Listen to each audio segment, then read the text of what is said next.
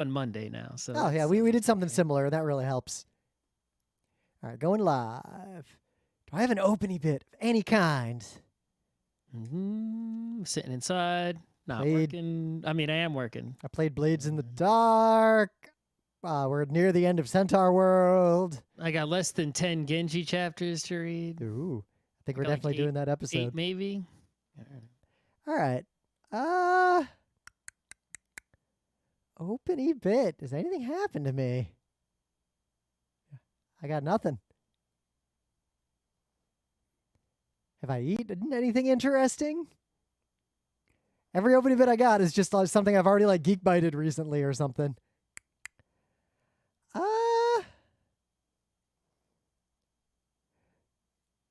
I guess I'll just start with not at MagFest and we'll go into the show. That's like the best I got. I guess, yeah, MagFest, I guess, is right now. Started today. Okay. Yep. GDQ's real soon. GDQ, I'm looking forward to.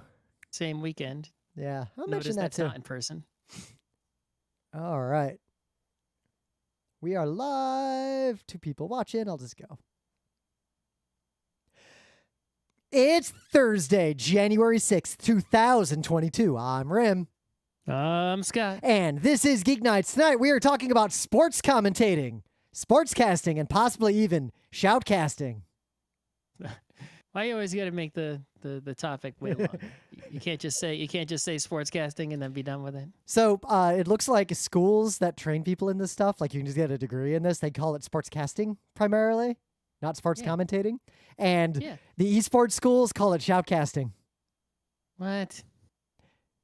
Like you get a degree in broadcasting usually. No, you can get. I found some degrees in sports commentation specifically. I found sportscasting specifically. I've even found, but it's usually in like this broadcasting department, right? Of like TV related studies. I want to say RIT has a program along those lines for esports now too. I should check. I don't think it's part of the Magic program, but it might be. That Magic program is like, that's the way to get into games, I think, in the future. Like, that's a real good program. All right. I'll start with my opening bit. So, yep, it's a weird feeling to know that there's a MagFest happening that I'm not at, and I'm very glad I'm not there. It started today. It's like kind of just kicking off right now-ish. Okay. Yeah. Have fun getting sick, MagFest people. Yep. I mean, I hope you don't. That would be actually great. But, it's like if I see someone walking into a fire, it's like, wow, I sure hope they don't get horrible burns, but I expect them to get horrible burns and I can't stop them. So that's how it is. The end. Yep. I hope people don't get sick. I kind of just assume that like 20 to 40% of everyone who shows up there is going to get COVID, but we'll see. Good luck, have fun with that. At least a much more safe to attend event is coming up very soon. The old AGDQ. Oh, yeah. Schedule's looking pretty good. We got, some Cool Kid Mega Man 2 going on. Ooh. You got some, got the one of the best Link to the Past. I did not even look at the schedule yet, actually. One of the best Link to the Past, Japanese runners is going to be on there because that's the benefit of doing the digital one, right? Suddenly you get runners from a wider area there instead of a geographic area. That person probably would never have been able to appear at Hitman. I don't super enjoy Hitman games, but speedruns are real funny usually. Speedruns of a lot of games that I don't like are real good. I don't like to play any of them Souls games, but I watch some Souls speedruns. Yep, for sure. Oh, they got GeoGuessr again. Okay, I'm excited about that. GeoGuessr's always good. That's a new... the Tetris is back again also. They got some fan favorites in there. What? The Sailor Moon R game? All right. Anyway, you can look at the schedule. We'll talk about this more on a Tuesday, but AGDQ is coming, and I'm ready. It starts on... What's the actual date? It starts officially the 9th. 3 days, the 9th? So Sunday. 3 days. This coming Sunday, it starts. Mm-hmm. So I get right into the news.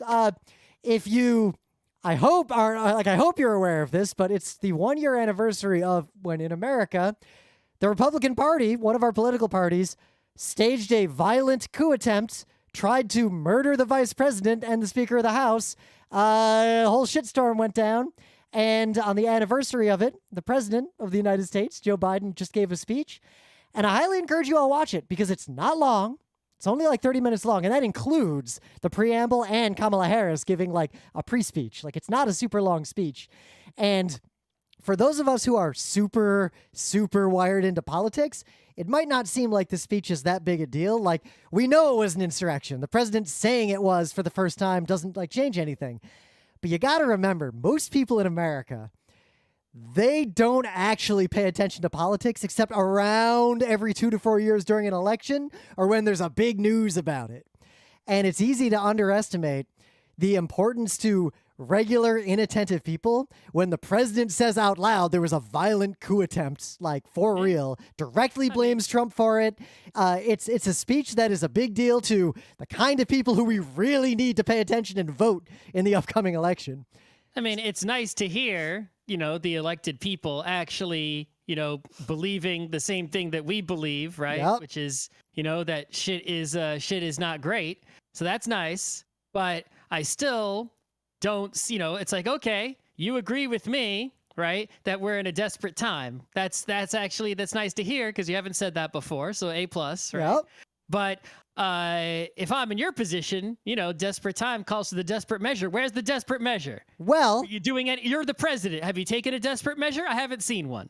Right. So the only desperate measure is the president. My anxiety will not go away until you take a desperate measure or attempt to take a desperate measure. However, at least attempt and fail at the desperate measure. That would still reduce my anxiety. To a degree, though, because actually studies have shown that previous failed, like try a big thing, like an EO that immediately gets shut down, not only doesn't move the needle at all, but in many cases it builds antipathy and resistance to the president who fails.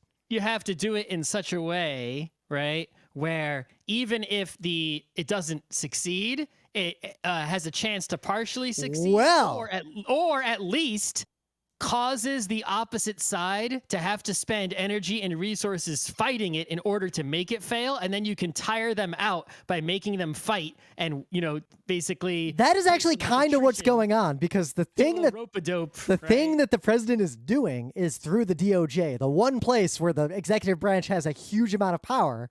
And Garland gave a speech, yesterday or 2 days ago, and talked a lot about how the charges from January 6th that have happened so far and the prosecution that happened so far is typical of significant investigations where they bring very small charges first while they're gathering information for the coming big charges. That's how our justice system works. Yes, That's how it works. But more importantly, you find someone who's, it's because a lot of our justice system was built on fighting mafias, right? Especially the FBI and such. I mean, that's how they investigated Watergate.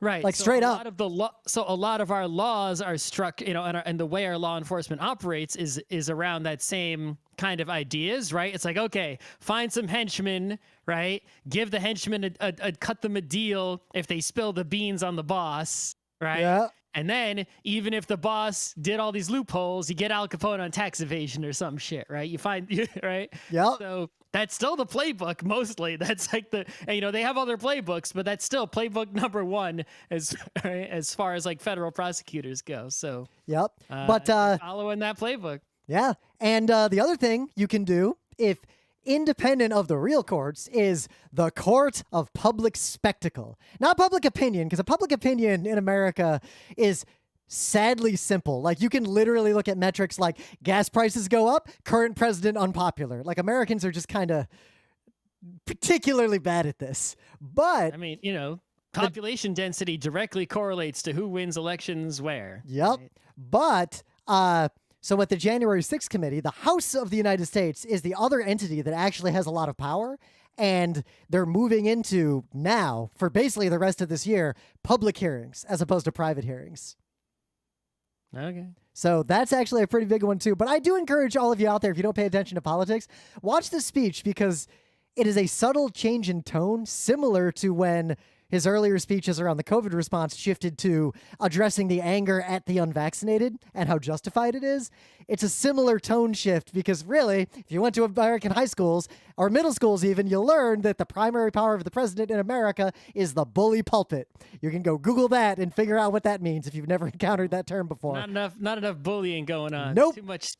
Too much speaking softly, not enough big stick. I'm trying to think of the last non-insane fascist president who actually used the bully pulpit strongly. And I think we're already going back to like FDR era. Carter tried, but America hated him for no good reason. But I digress. You got any news?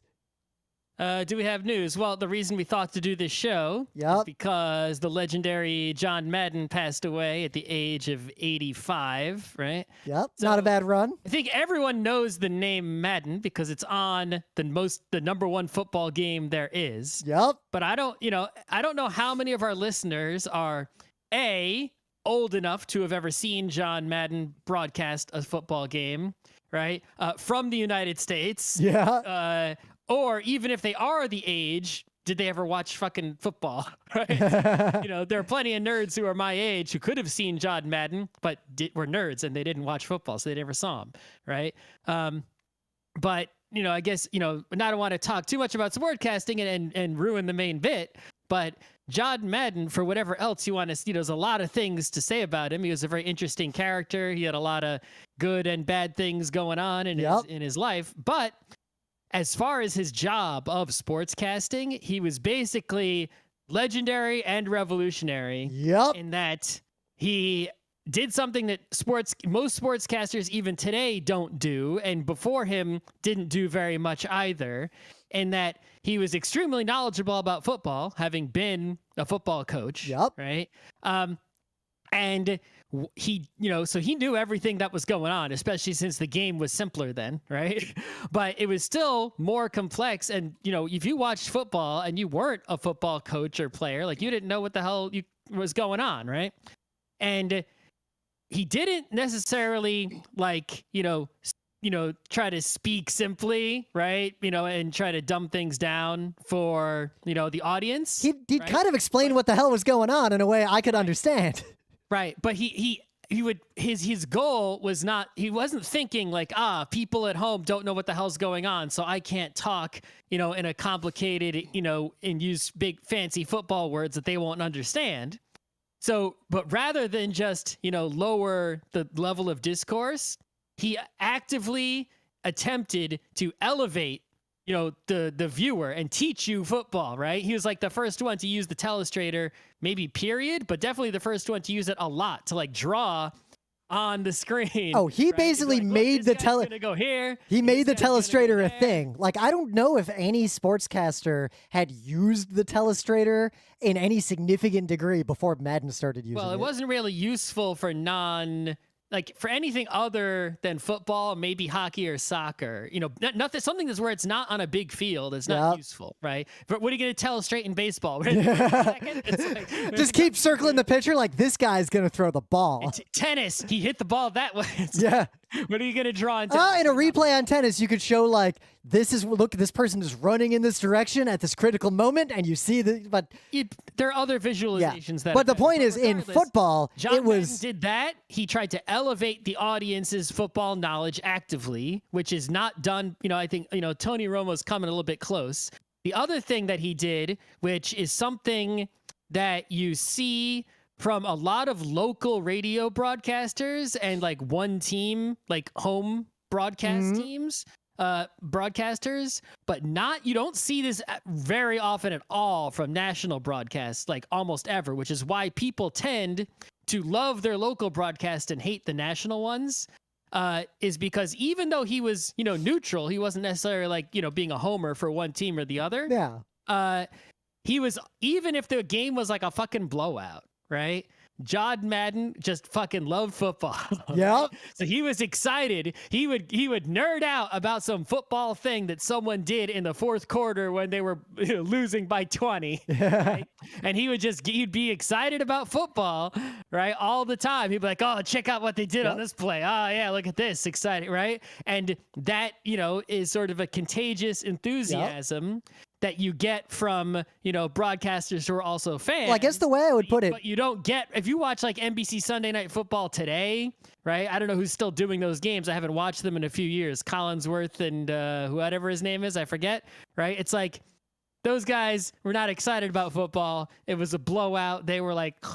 And that's where his magic was. It's not necessarily the specific things he did. It's that his goal in doing all those things was not even necessarily directly to educate the viewer, because you could have a really educational, really terrible sportscast of a football game. It's that his goal was to increase the capacity of the audience to enjoy whatever was happening in football. Right. But also to, make his own enjoyment of football, to pass it on to you. He's like, I fucking love football and I'm going to make you love football too. Right. And it's like, and that's really, that's like the GeekNights thing. It's like, even if there's some nerdery that I don't give a fucking shit about, right? Look at how many things of the day, how many newses are just like, here's a YouTube channel with somebody who's fucking like incredible at this thing I don't give a shit about, right? Like lockpicking lawyer comes to mind. I'm never going to pick a lock in my goddamn life, right? The dude is enthusiastic about lockpicking and educational. And so it's like, I'm watching his videos and enjoying them, even though I'm never going to do that hobby in my whole life ever. Nope. Right? Maybe when I'm an old man, if I really finish every other hobby, including playing Pendragon. Yeah, and playing every TTRPG, then I'll try to pick a lock or something, right? But that's the John Madden thing. John Madden, the first honorary Geek Knight, spreading the joy of your hobby and nerding out about it and giving zero fucks about the people who didn't understand you. Granted, he did a good job, and there's a reason he's a legend. Like he appealed to such a wide audience. Whatever other weird things there are to say about John Madden, his always writing on. I can at least say this. Everywhere. He is the rare person who is a public figure, lived a long time, and does not have a controversies main title on his Wikipedia page. Not that he was uncontroversial, but he does not have a whole section dedicated to that. And that's a low bar to... I'll just end this news on one funny John Madden story that I happen to know. I'm sure there are many. Right? As everyone knows, John Madden was like afraid of flying, or he used to. Oh, there is an entire section on his Wikipedia about his aversion to flying. It's long. Yeah, so he used a bus to go everywhere because he had to go to football games all over the country. He had his own coach bus. It took him everywhere. There was a rule: no shitting on the bus. Oh, that's a rule in hockey too. Right. He didn't like it if someone even though it had a toilet on the bus, he didn't like if someone took a shit in there. Right. I think there was a time where someone did shit in there, and actually he got extra mad because they were like close to a hotel. They could have held it, and they went in there anyway. And he made, the story is that he made a comment, something like, I had to carry your shit all over like 2 states or whatever, something like that. But the interesting story is someone was permitted to take a shit on the bus. Do you know who took a shit on John Madden's bus with permission? Ooh, that's a hard one. The easy answer would be the bus driver, but I feel like that's too easy. I don't know the story, actually. There was one person specifically who was allowed to take a shit on John Madden's bus, and that person was Wayne Gretzky. All right. I would let Wayne Gretzky shit on a bus I was on, too. I'm just saying. That's real interesting. That is real interesting. So speaking of other sports news, it's a sports news day. The Athletic is basically the best sports journalism out there in the English language. So if you don't know the deal with The Athletic, it's basic because if you're not a sports nerd, right, you won't know what the hell that is. Yeah. Some years ago, somebody used the Silicon Valley business model, the same business model, the evil one, the exploitative one that Amazon and Uber use, right? Is they got a bunch of VC investment money, and they went and spent all of it to basically hire all the best sports journalists away from all the newspapers and consolidate them into one, journalistic outfit. And they write really the highest quality sports journalism that there is, right? And they were covering every team and every sport and every, most teams in most sports in most places, obscure stuff, right? Giving you lots of detailed coverage, way better than you're going to get in a regular newspaper. Because you're not just, regular newspaper is just giving you the big stories. There was a trade, there was a game, right? There was a big rumor, big drama happened. The Athletic is hey, here's some analysis, right? We're going to break down, here's all the analytics, right? Which one, it's all let's look at these 5 lines and across these 4 hockey teams and do a big analysis infographic thing. Yeah. even stuff that never would even be too insider stuff for like Sports Illustrated, right? It's like they're giving you even more in-depth stuff because now these sports journalists have nothing to do but write articles constantly, right? So they're just constantly researching, putting stuff out. So if you are someone who's interested in even just a small area of sport, it suddenly actually becomes worth it to you to buy a subscription to The Athletic. It's so inexpensive relative to what you get. And you get access to the best sports journalism in the world for every sport in every place. Now, of course, the problem with this is that they're not profitable. You can't make money with quality. Profitable. They spend so much money hiring all the sports journalists. Right? Yep. And they only get money from these heavily discounted subscriptions, and they don't run ads, which is nice. I'm ads that I can see. I've been a professional product manager for over a decade, and guess what? Quality does not make money anywhere on earth. Pay all the tech people to keep the site up, and they got to pay all these. They're making how many podcasts they're making. They're paying audio engineers. They got so many people they're paying.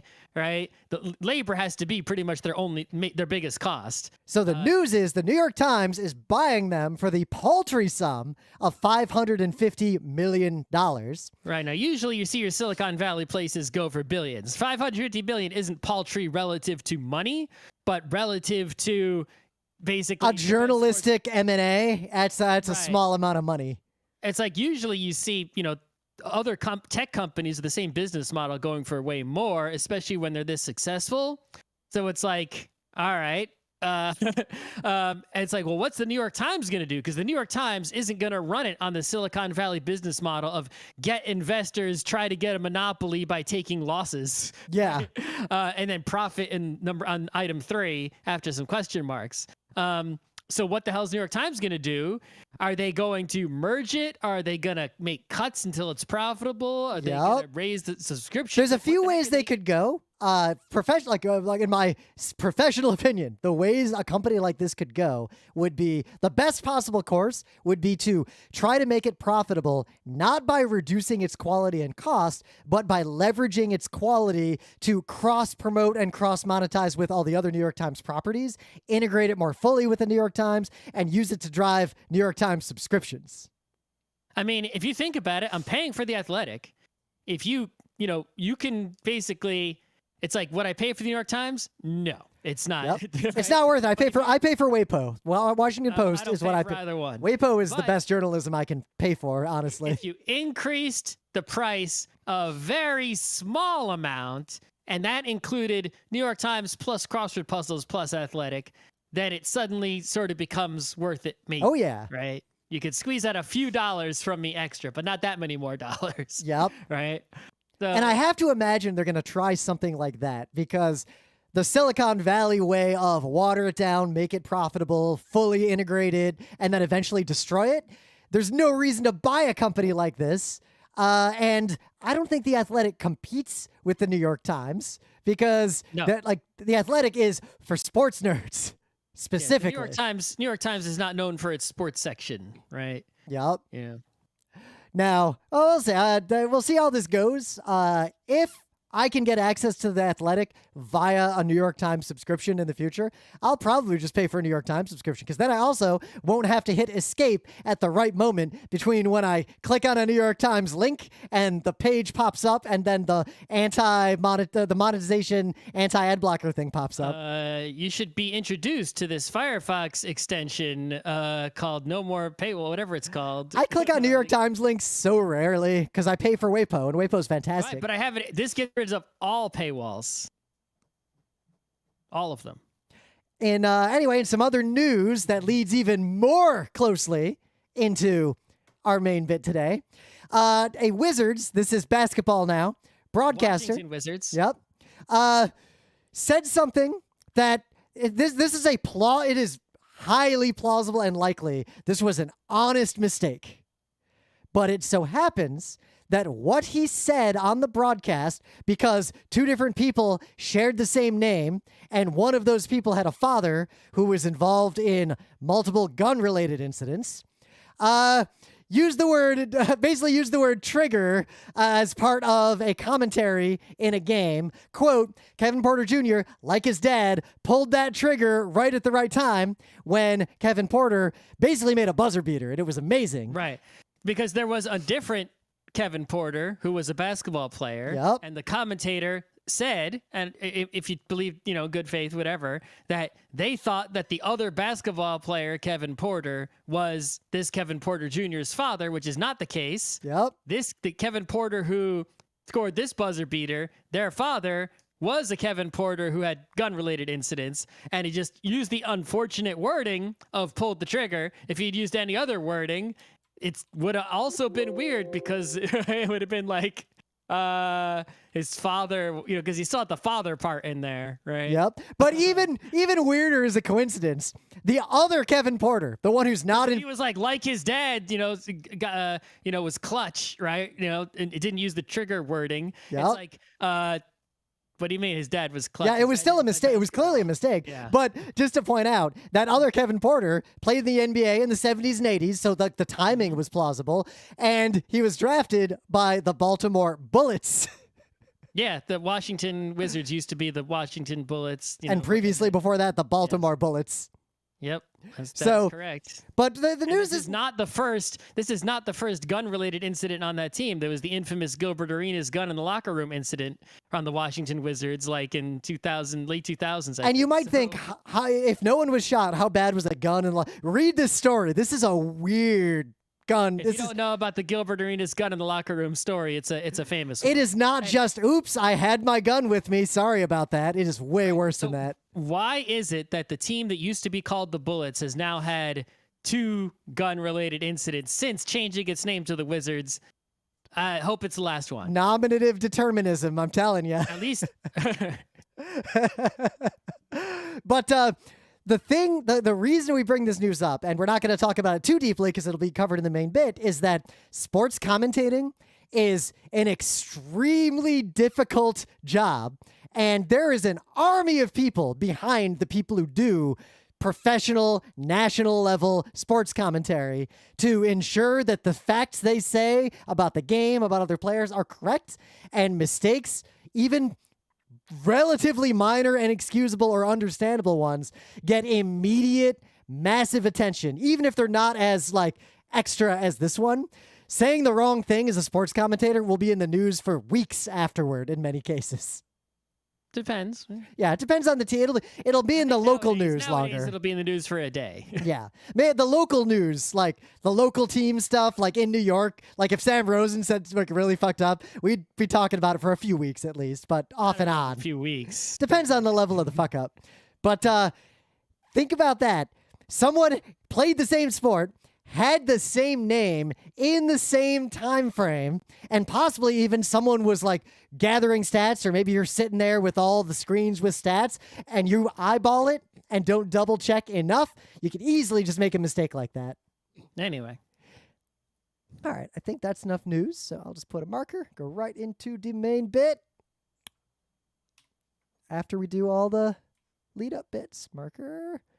I'm trying out different pipelines on putting timestamps in the files to see how ham we want to go with the website. Well, just look at when you export the final MP3. Yep. Look at the ID3 tags, somehow, and see what's in there. Look at the raw ID3 tags and see if the chapter markers are there or not. Because if they're there, then I don't have to make them. I just have to not delete them. Yep. No, I'm gonna actually label them when I do all my exports, and this will be a pipeline test today.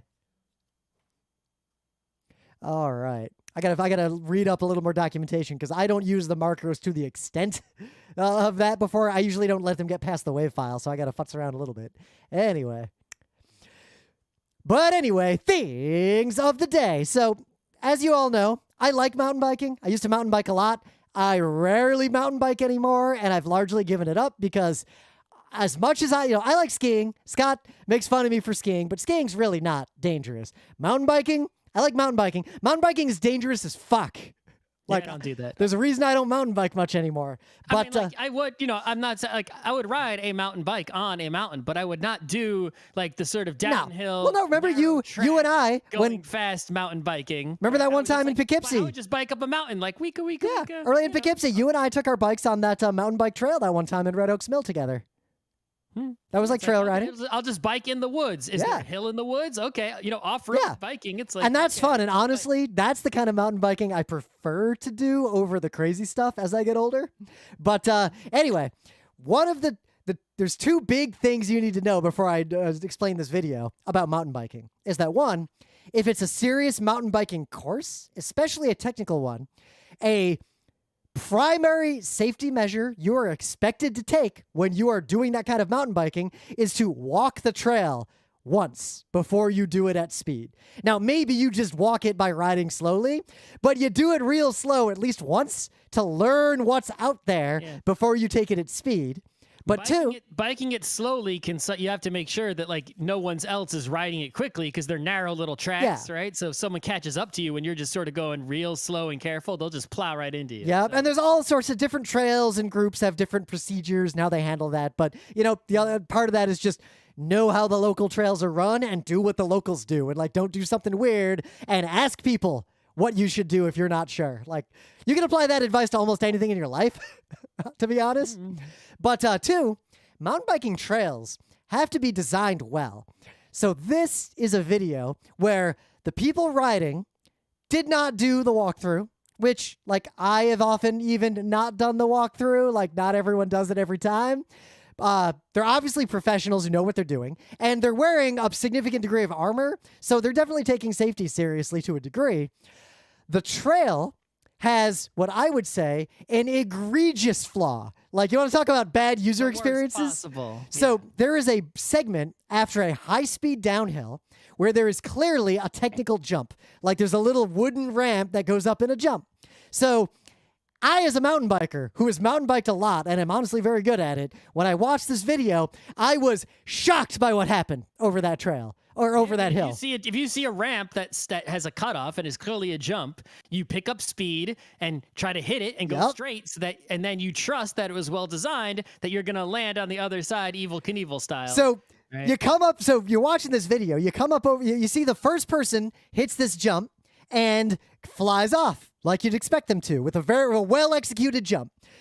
The person behind them wearing the GoPro hits the same jump, and it is immediately apparent that the first person is in deep shit and is falling off a cliff. The second person is now following them off the cliff, and like 5 mountain bikers follow all of them off the cliff, one after another, just one by one by one. Thankfully, it was not a very huge cliff. Yeah, no one dies or gets seriously injured, but they do get hurt, and they're mostly laughing and pissed on the ground afterward. So you get to see what a mountain biking cliff bail looks like, for one, and two. What's actually there over this ramp is an immediate hard left turn around back the way you came. Jump, it's a drop. I guess they were intending you to just not jump, but go down and to the left. Right. So whoever designed this mountain biking trail, one, should be shot. Two, sued. Yeah, sure. That is the kind of mountain bike trail that warrants multiple warning signs leading up to that feature if they insist on having that feature there. Granted, I would say it's unethical to even have that feature. Out there. I don't know. Yeah, you could put a net. I've bounced off of nets before. That at least needs a net and a sign. Yeah, but you could just get rid of the jump. Just make it a downhill. Make it a bank turn around to the left, like a normal mountain bike trail designer would do. I don't know. So yeah, that's my thing of the day. Reddit board games, the subreddit board games, is a place that one of the few subreddits I still subscribe to. However, I can't recommend it. Most of the content there, I do not subscribe to it anymore. Most of the content there, the overwhelming majority of the content there is not, even though it's about board games, it is about it is people who enjoy board games for entirely different reasons than I enjoy them, and they enjoy the games in entirely different ways than I enjoy them. Almost all the discussions are like about collecting, kickstarting, fancy miniatures, sleeving cards, right? There's almost no talk about the actual rules of games, how to win, strategies, even basic things that we talk about in our panels and lectures and podcasts all the time, like any game with more than 2 players and isn't a pure race, is a political game. Like they don't, basic facts like that are not established there, So you get questions that just like fly in the face of fundamental truths, and there's not a lot of good content there, but occasionally there is amazing content there, and that happened, right on schedule, once every couple weeks or whatever.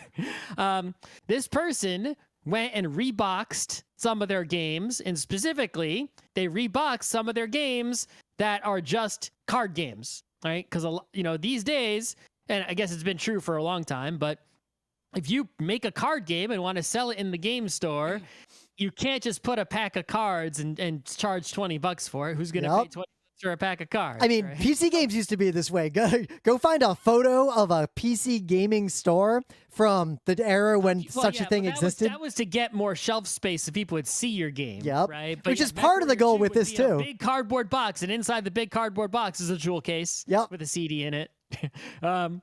But anyway, so this person reboxed their card games.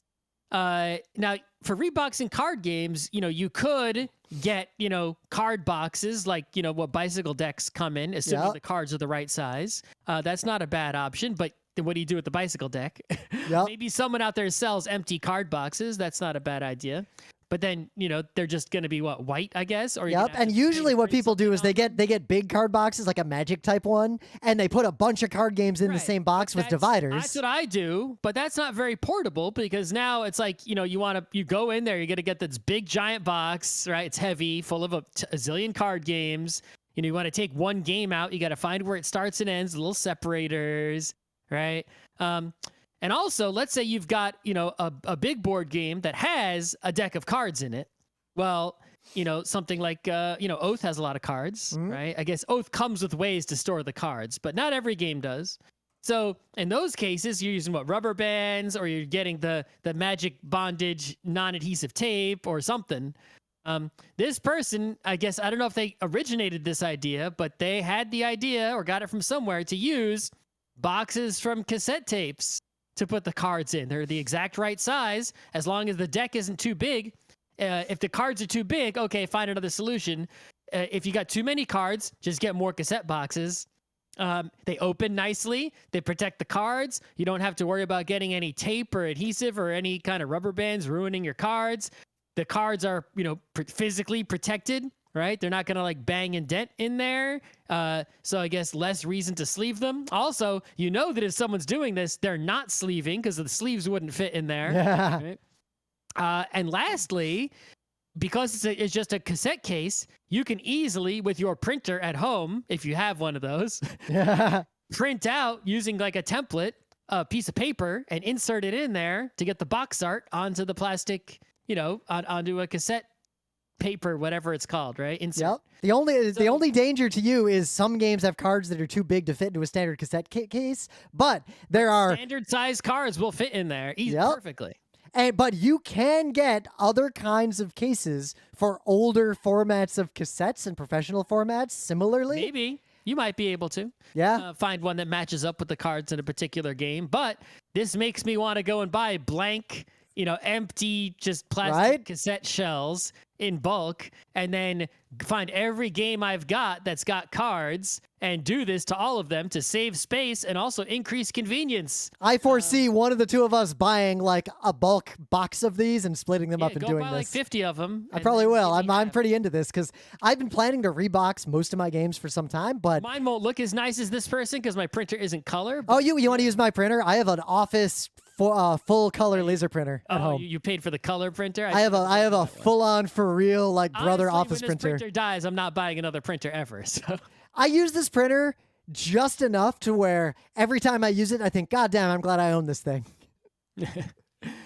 Anyway. Yep. Anyway, in the meta moment, the GeekNights Book Club book, which we're going to do an episode on probably in the first week of February, is The Tale of Genji. It's not just a novel. Getting real close to finishing, way close. I can see the end. Yep. I think you sprinted past me.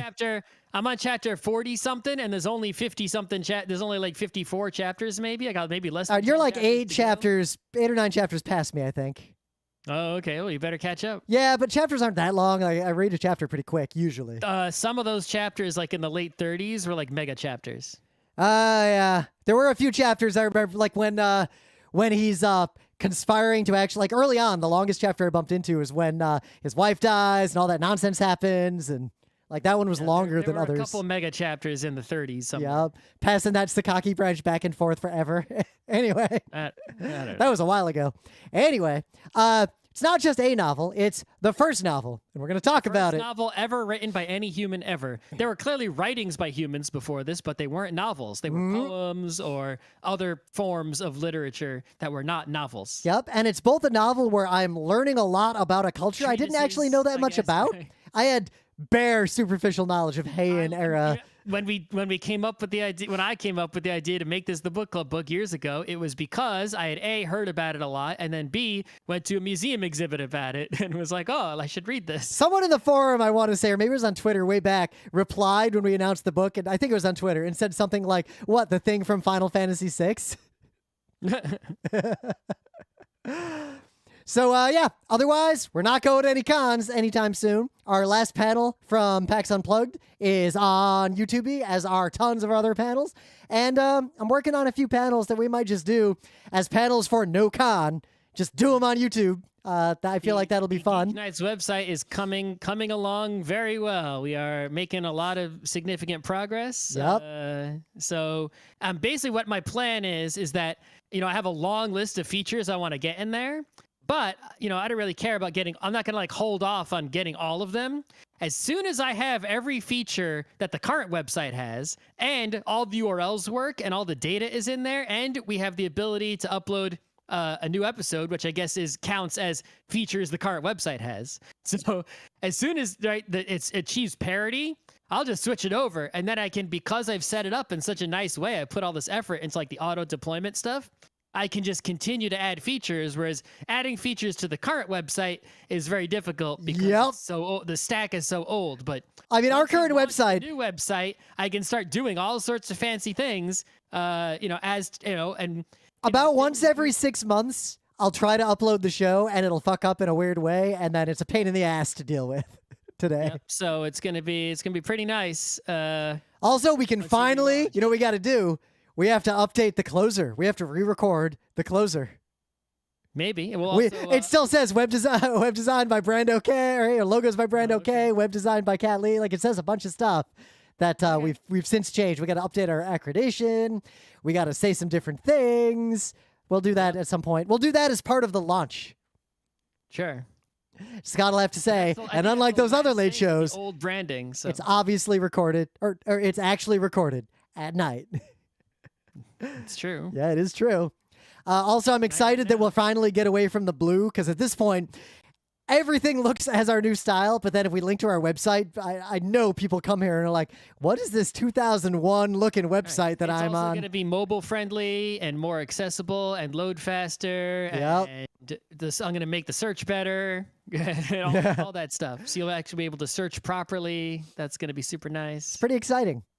I'm just glad we're still doing this since, coming out 2022, started. Well, this is hopefully going to be the last ever GeekNights website. Yep. Until Web 4.0. Sure. But right now, we're trying to revert back to Web 1.0, because Web 2.0 kind of sucks shit. I guess Web 3.0 is the real danger. That's all NFTs, and there's only 8 websites. But I digress. Let's get into the main bit. Sports commentators are honestly, like, it's funny, when we thought about doing the show, I was thinking back, like, preparing for the show, and it's really fascinating to me that without even thinking, like, just if I think about sports commentators, my brain says, yeah, like Mickey Redmond, because I grew up in Detroit, and Mickey Redmond has been the color commentator for the Detroit Red Wings for my entire life. Like, Mickey Redmond is just an institution that will never go away. And I just looked up. He is still doing home games and even some away games to this day.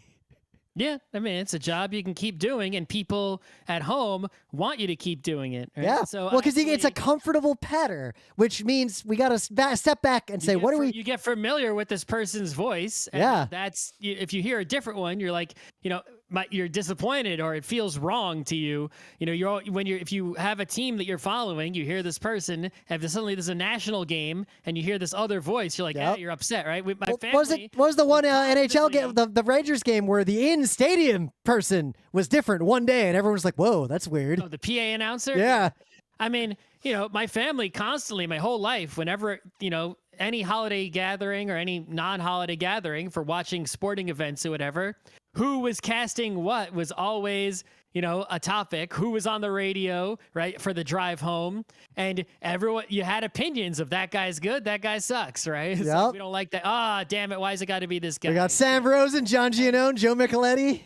Right, but it's like you watch, some... if you go into sports communities on the internet, you'll always see people will be upset of like, oh, this announcer's on, right?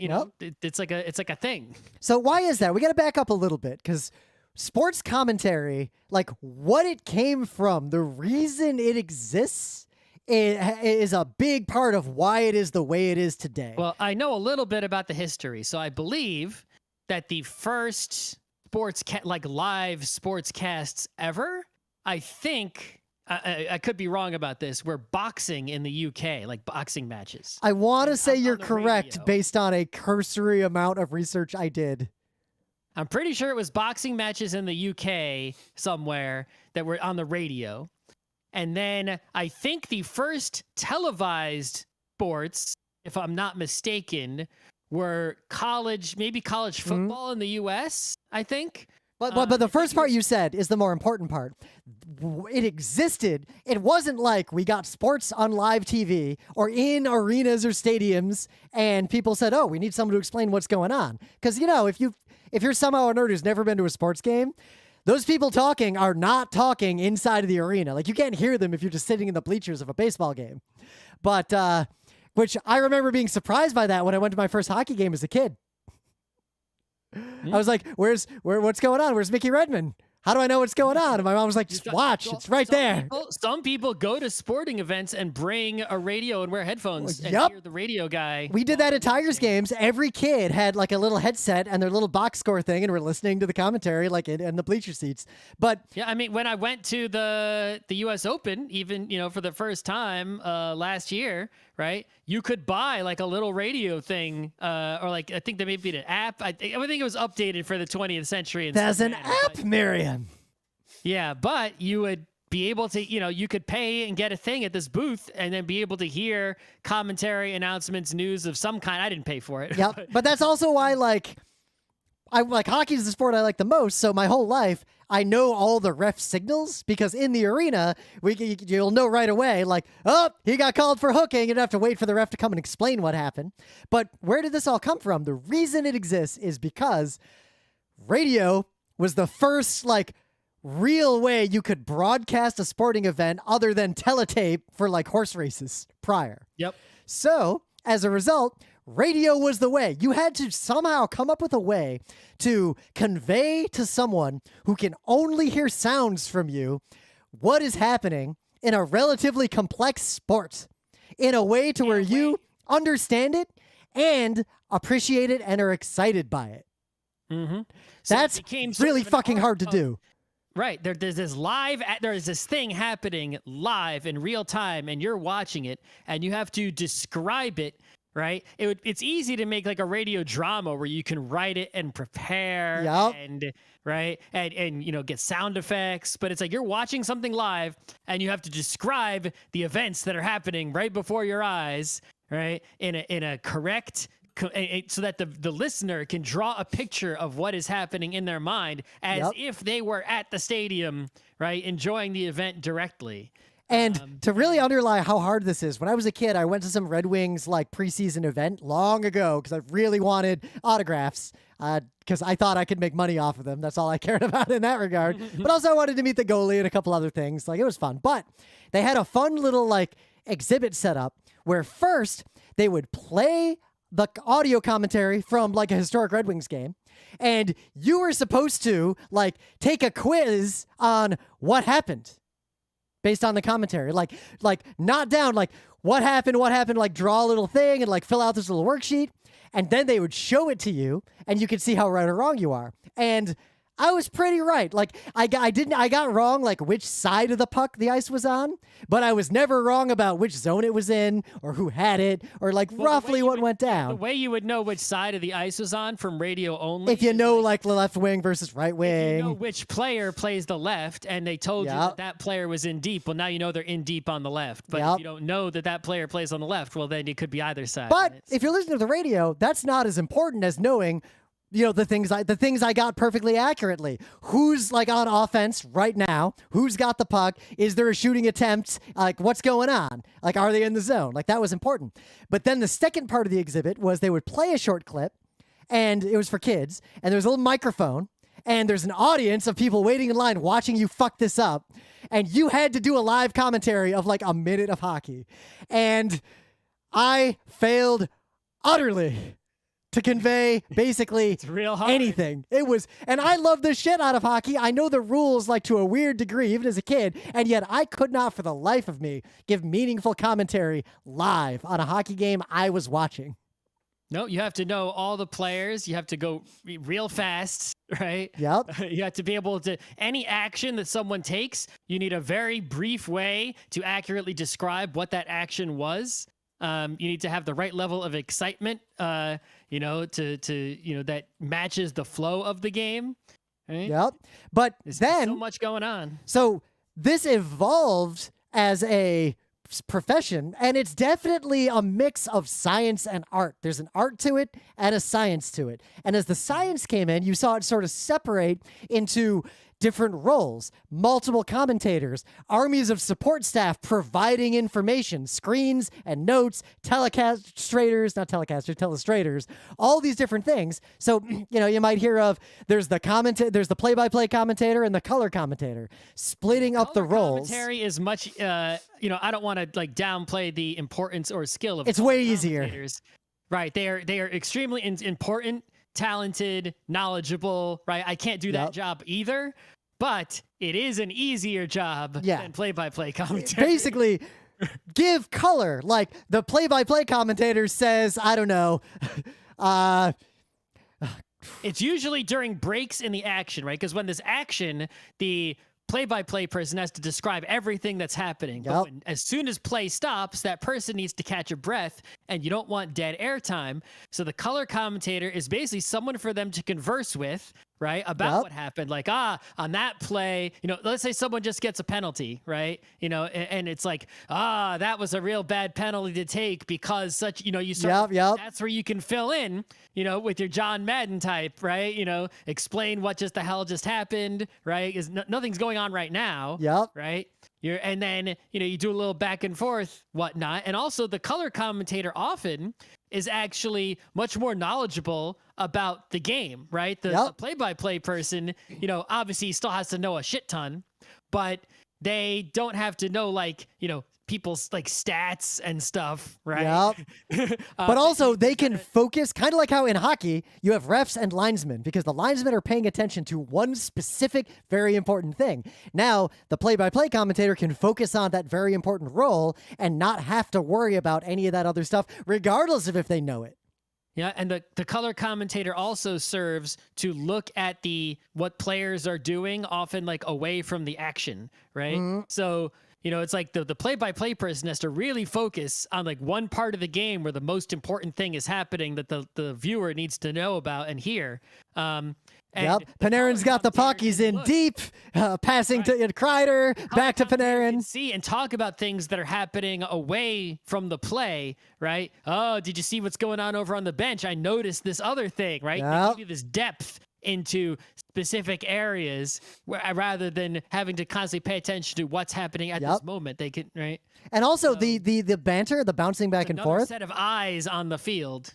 That banter and back and forth part is extremely important too. Much like, Scott and I doing this show, way harder if it's just one of us. Doing a panel, twice as hard to do a panel by myself instead of having Scott with me to bounce off of. Mm-hmm. And then there's a bunch of other roles. We're not going to like get. You can just read a Wikipedia article if you care about the details. Just to go back to the history aspect, right? So it definitely started with radio, Yep. and then went to right. But when television came, it's like you might think it's like, well, you're seeing the game now.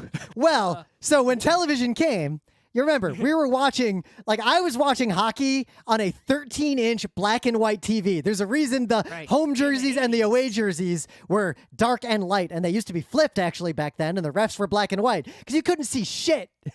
Exactly. So they kept the commentators for television, for a variety of reasons. You don't even really need. It's like it wasn't some genius idea someone had. It's just this common sense thing. If you try muting a sporting event and watching it, it's kind of like eerie and weird. And even with an HD TV and amazing cameras, like you can't necessarily follow everything that's going on. And especially you're not getting that color commentary. Right. It's like, you're not, can you read the names on the players' backs if you don't know them? I know players, but even I'll like flub a number or forget or can't quite seize the number because someone's standing a weird way or like is under a pile of people. Like who got hit? Can't quite tell. Color commentator. If you're watching a football game and it's like, okay, so if you turn it on mute, it's like you see the ref threw a yellow flag. And you're not using closed captions either. Right? So they throw the yellow flag. Okay, there must have been a penalty. What penalty was it? Right? It's like you couldn't really see all the action. You got a TiVo. What are you gonna do? Rewind and watch it? It's like try to find the penalty yourself. The game is still going on. Meanwhile, right? It's like but the caster can be like, that was a holding penalty. Right? I saw so and so do it. Because they're at the game, they can see. If you're at the game, then you don't need the commentating as much, even though you could have it with with the radio.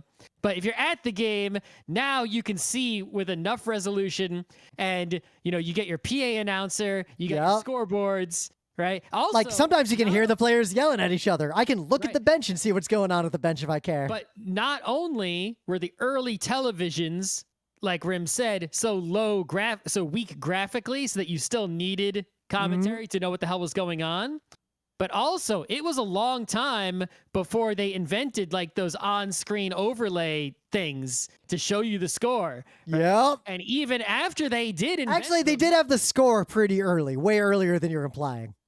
No, but even when they had them, like, for example, I remember watching football in the 80s, and it's like, yes, they had on-screen graphics, but those on-screen graphics, like while play was happening, was literally just the clock only, and the clock was actually another camera that was aimed at the clock. I remember that era.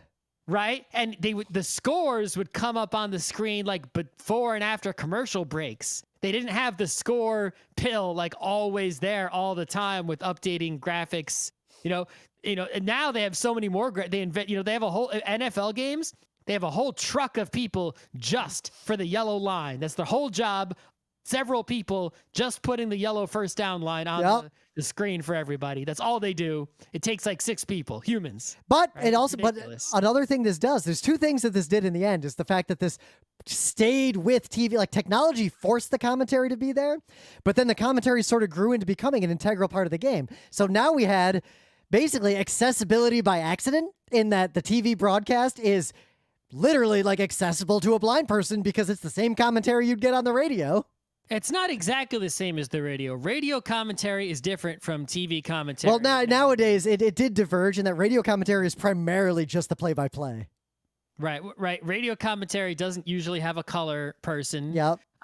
Also, it's nonstop. It's much more descriptive because they know you can't see anything, right? The TV commentary is a little bit more relaxed. But it also became there are some people out there who still will you watch the video and then turn on the radio and use some sort of offset to make sure that they sync up, because they won't sync up. The radio is always going to be ahead of the television. But the other thing it did is the primary purpose of this today is to increase the enjoyment of the people watching. That is, the design of sports played professionally is that they're designed so the spectator will enjoy themselves. And it's conveying to the spectator all the information that is not communicated by some other means. I mean, have you ever watched radio is all the information, and in the case of TV is everything you can't see. If you don't believe this, go watch a sporting event that is not in a language you understand and listen to the commentary close your eyes, just listen to the commentary. You can tell when they're about to score a goal.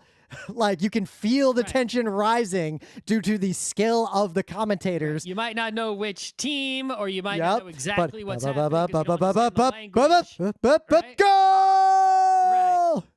And I guess you could, even if you wanted to if you wanted to only have that audio for the feeling part and not for the information part, so you put a bunch of cameras in the crowd, mics in the crowd for that purpose. It's like, well, first of all, you got to know which crowd is home and away. Yep. Right. And also, some nights it's like, the crowd isn't there, or the crowd isn't into it. Remember during the previous lockdowns where the NHL was playing in empty arenas, before they piped in fake crowd noise? One, the players were unnerved by how quiet it was. And two, watching it at home, it was weird, like super weird. It could be, it's hard. I guess it might be impossible to say for sure that it's weird because we've not. But I think it's partly because spectating sports is more. I think more people enjoy it for the communal aspect than watching sports by themselves solely and specifically because they care about the sport. Right. But I would say that I have one piece of evidence to submit suggesting that no, it's not because we're used to it and that's why it's weird, is that laugh tracks, right? Yeah. Laugh tracks I got used to, and now they're weird, right? Because I noticed them, right? So, but this is the thing where it's like I'm used to a commentator and crowd noise, right? And I'm still used to them, right? Even after I recognize their existence, where I recognize the existence of the laugh track, and its unnaturalness makes it now awful. Right? But they also add a lot to the game. They never became awful, even though I recognized. I think of the crowd like a Greek chorus. They are one of the commentators because you'll be watching a game. Commentators are doing their thing back and forth, and say there's a bad call by a ref in the middle of play. You'll hear the crowd reacting to it. You'll hear like this chorus of boos, or like the disgruntled crowd getting less and less gruntled. Like that'll happen. And then usually by that point, one of the commentators would be like, oh, the refs in the crowd are starting to respond to that hook. Like, yep. So yeah, I guess the last thing is, in this necessity for the sportscaster, right? The sportscasting has like this next level to where it actually becomes an art and a part of the game itself, right? There's so many like famous calls, right? It's like when a big sporting thing happened, of course, the thing that happened was a big deal, but the thing the sportscaster said when it happened, also it like becomes part of the event, right? It's like, so Ali knocks out Frazier, right? Yep. That in its own is a legendary sporting event. I can hear in my head, like to this day, the call when the Red Wings won the Stanley Cup when they got the goal, like just the words and like the way he said it and the crowd going nuts, like it becomes part of history. But Howard Cosell going, down goes Frazier, right? It's like that is right. It's part of the it's inseparable from the thing that happened, right? They're the same thing. Yep. Right? So. Being able to say the legendary, seeing a legendary thing happen before you and immediately saying a legendary description of it that will basically becomes a part of history with. I mean, case in point. Oh, the humanity. You all know exactly what I'm talking about. Exactly. Oh, the humanity, right? A commentary of not a sport, but yep. Still, same deal. So I have a lot of respect for sportscasting. It's real important. Yep. Sports fans, especially people who are, not just getting drunk watching sports, but actually paying attention to the sports. Yep. Pay attention to it a lot. And, I think that in the nerd realms, right? Well, look at esports. A big part of the rise in esports was the professionalization of esports commentators, and they're doing what we said they should do. They're all modeling themselves on traditional sports, but they're changing things where it makes sense. They're pushing the boundaries, and I think you're starting to see sports commentators pulling in some of the techniques that the prominent esports people are doing, again, where they make sense. Yep. So yeah, it's, there's a lot of nerdy things, not just esports, but also like, board games, especially with the ability to broadcast anything, even small time things, right? Your local Magic tournament is getting a broadcast. Yeah. Right? It's like, so if you're broadcasted, we started doing this kind of stuff with Netrunner. We had commentaries. How fun would that be? I think we could both, honestly, we could learn to be very good tabletop game play-by-play and color. Yeah, right. You got, this chess commentary going on nowadays, right? There's always been chess commentary. There has been, but now it's getting bigger. Yeah, well, because any sport that ends up on Twitch, you got to have commentary. Obviously. So, it's a field that's, still growing, and it's going to be with us for a very long time. And it's a career. Like, this is something like if you're young, like if you listen to GeekNights and you're in high school, one of the things that I'm most mad about in my childhood is that nobody told me about all the jobs I could totally have tried to get. Sports commentator this was not one of the jobs actually that falls into that category. I have friends who tried to become sports commentators and went to school for this. They didn't succeed, but like I had a friend who was doing like college hockey at the college down the street. But you can get degrees in this. On the real radio, right? So. Sports commentation is its own specific field of study. There's different majors and different aspects. There's a lot of ways to approach it, but it's out there. You can go to school for it. Yeah. So, and I think it's going to grow as a profession as esports grows. I get the impression that need commentating than there are people with commentating skill. You don't even have to be that good. The commentating skill is more important than the sports knowledge. Yep. This is why you'll see people who are, who work for a TV network. And that same person will be, it's not that they obviously have to have a high level of knowledge to be able to do it in the first place, but you'll see the football commentator will also be commentating some baseball and some Olympics. And so it's but they'll be commentating some biathlon. It's what the fuck do they know about biathlon? Well, it's more important to have someone who knows how to commentate than it is to have someone who's expert on biathlon, because you can pipe into their ear biathlon info, and you can have a color commentator who next to them. In fact, what you usually see, the pattern I think is growing more and more, is the play-by-play is a professional play-by-play person, and the color commentator is a former professional who played the thing. Yeah, often. Or if it's not, it's either it's a former coach, or it's someone who just has encyclopedic knowledge of that sport. Yep. So yeah, I don't know. There's not much else to say other than pay attention. If you watch sports and you aren't paying attention to and respecting the commentating or poor commentating based on who you got. Yep. Pay attention. It's important. All right.